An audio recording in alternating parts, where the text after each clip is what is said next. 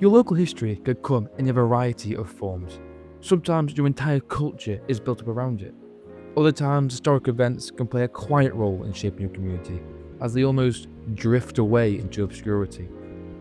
One such example is the story of North Staffordshire's Minnie Pit. It is central to the history of the area's deep mining links. Staffordshire's mining is based around it being a necessity to support their staple pottery industry, as it held the right quality coal needed for pottery. Its historic link can be faintly traced back to the Roman times, with Roman settlements being found with coal that was assumed to be found locally. However, its first recorded mine was in 1282, where William de Audley had an iron and sea coal mine in the manor of Tunstall, a small town around here. Afterwards, the mining industry exploded, with many records showing a rise in colliery numbers. By the mid-14th century, Newcastle-under-Lyme had established its reputation as a centre of marketing iron, inspiring the name for its main street, the Iron Market. By the 17th century, North Staffordshire had started to commercialise its mining on a large scale, with surveys showing the industry's boom. By 1900, it consisted of over 400 collieries, 30,000 men and women employed, helping to produce 9.5 million tonnes of combined ironstone and coal per annum. However, whilst the industry did grow, mining was rightfully seen as one of the most dangerous occupations someone could hold. Disasters were a common reminder of this. This slab here covers the Minnie Pit, a mine located in Audley, Staffordshire. It is now hidden away by the surrounding trees and lakes, but this was owned by the Midlands Coal, Coke and Iron Company Limited. This mine produced 630 tonnes of coal every day and had 400 employees by the turn of the 20th century. This mine was eventually closed in 1930 due to excessive flooding. That water is still being discharged today, over 90 years later. I mean, this mine has made quite the historical mark on this local community.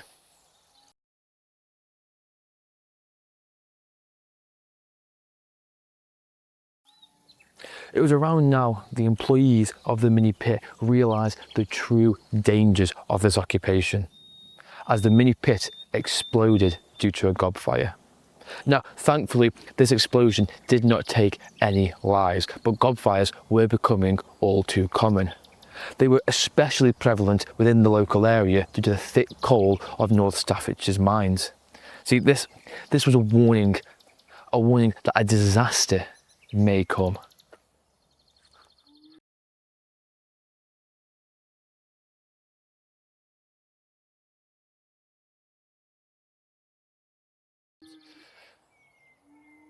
Another gobfire had happened, yet this time it claimed the lives of 9 people. The explosion originated over 2,500 yards away from the mine entrance, and there was no one actually working in the location of where it originated from, but the 9 men working in a nearby seam all perished. I mean, 9 men had lost their lives due to the risks of mining, yet this is often called the forgotten disaster, because what happened next showed the true extent of the dangers of mining.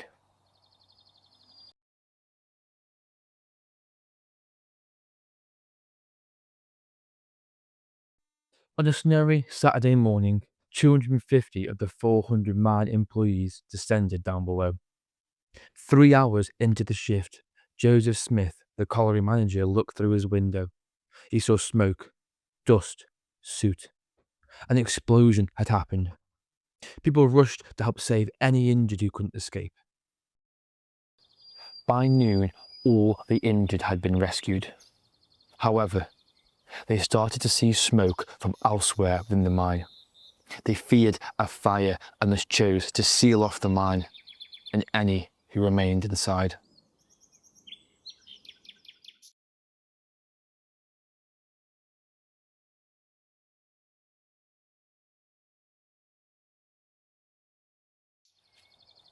The first body was found. One of a 16-year-old boy was brought to the surface. The hope of finding any more survivors started to dwindle as the ones who surfaced earlier painted a picture.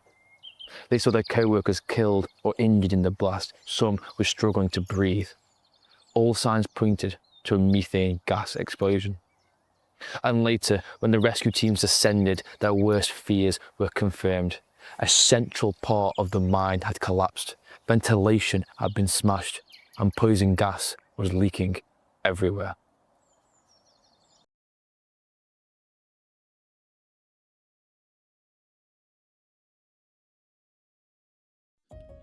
A week after the explosion, it was still believed there was 127 bodies to be recovered from within the mine.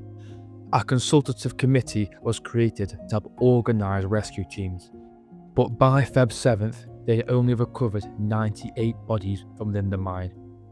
Any further recovery missions were suspended as the gobstink became so poor that any further actions were halted out of fear of yet another explosion. These missions didn't come without consequence. Hugh Dorbar, captain of Birchingwood Colliery Rescue Team, died during a mission due to a faulty breathing apparatus. He ended up being the final victim of this disaster.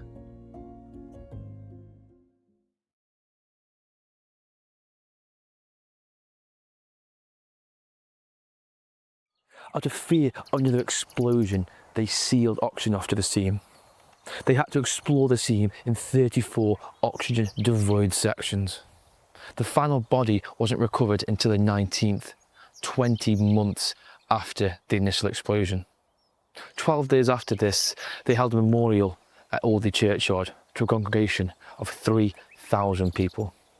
The final death tally, 156 souls. 20 aged only 14. Investigations struggled to pin down exact reasoning, but it was believed the spark originated from a defective safety lamp. The explosions directly killed 11 men.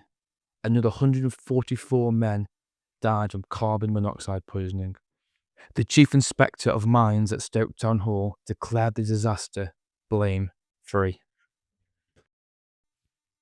The events of that day at the Minnie Pit became the biggest and most publicised disaster of North Staffordshire. The famous First World War poet Wilfred Owen heard of the events whilst recovering in Scarborough Hospital from shell shock. In direct response to what had happened, he wrote the poem Miners. This poem would become his first ever published piece. However, just over a century later, and this mine disaster isn't really common knowledge, not even to its local residents. There is a small group of volunteers that have been keeping the memory of those 156 casualties alive. They do this by attending the memorial garden. The garden, which includes this. This is one of the 49 saplings of the sycamore tree that was illegally chopped down in 2023. So, after all the research and the filming, there was only really one question left. Why? Why did this group of people go through all the effort that was needed to build and maintain this memorial garden? I had to go and meet the hard-working volunteers to see why they put in so much time into this local heritage site. In 2018, leading up to the centenary, a public meeting was called by Sue Moffat. And from that meeting, a committee was organised to actually arrange for the centenary weekend. And the Minnie Pit Heritage Site, where we are now, has actually come about because after the centenary weekend, various people said, look, we should carry on with the work. We've had the centenary, we should carry on and do something that really is a permanent memory for the miners who died. So that committee was formed, and that's the Minnie Pit Centennial commemorative group, of which I'm a part, and also the many people who are actually working on the heritage site where I am standing at this very moment.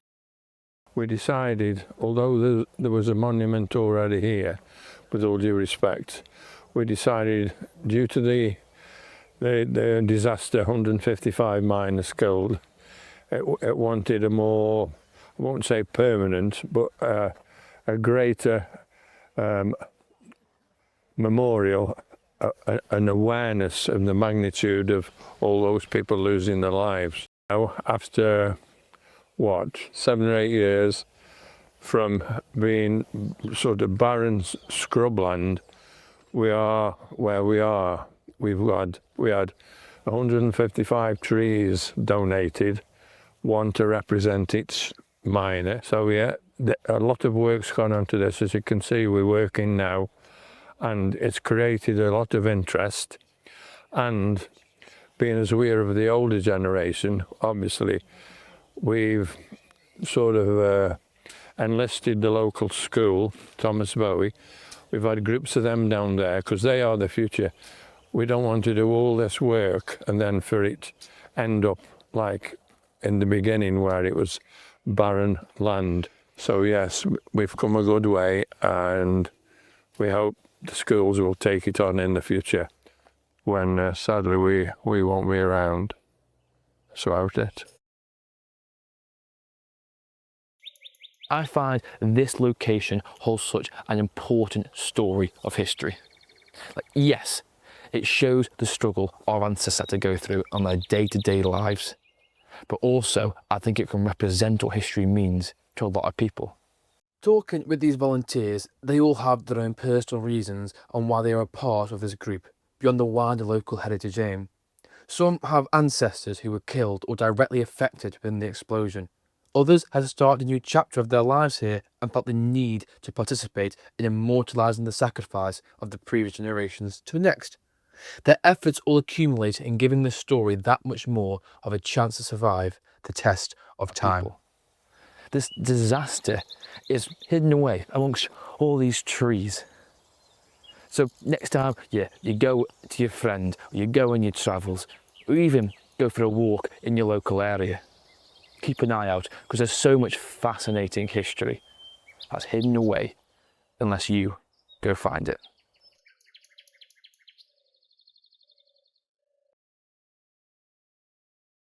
My personal interest is my grandfather, Henry Jones,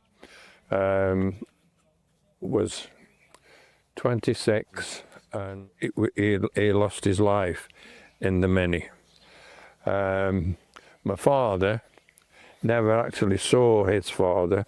He was only 3 months old when it was killed, and he left my nan with 3 young children. And you can imagine the hard times. There was no sort of welfare state then, and she used to take him washing.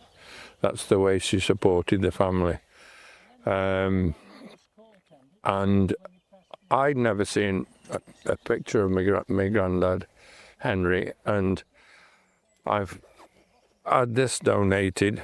And I had a friend, Raymond, who was a founder member of the committee, who's passed away, and he got a copy of the Staffordshire Weekly Sentinel, 26th of January 1918.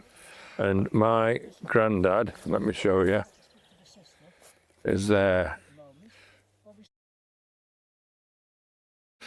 So that has obviously pride of place in my house. My father, who was crippled with what the hospital said was old polio, worked in the Hanley Deep Pit for many years. Started his work in Lykeforth at Burley Colliery in the Apedale Valley, and then when that closed he went to Hanley Deep Pit, and when that closed he went to Ulstanton. He couldn't work down the mine because he was crippled, but he actually worked in the screens all his life, cleaning the coal before it was actually sent on for dispatch and all the rest of it. So because of my mining connections through my father, I've got a particular interest in this situation in this village, and that's why I've taken quite an interest in the committee and this work, and that's why I'm actually a member of that committee. So it's in my blood, I suppose, really, mining. That's good, that's, yeah.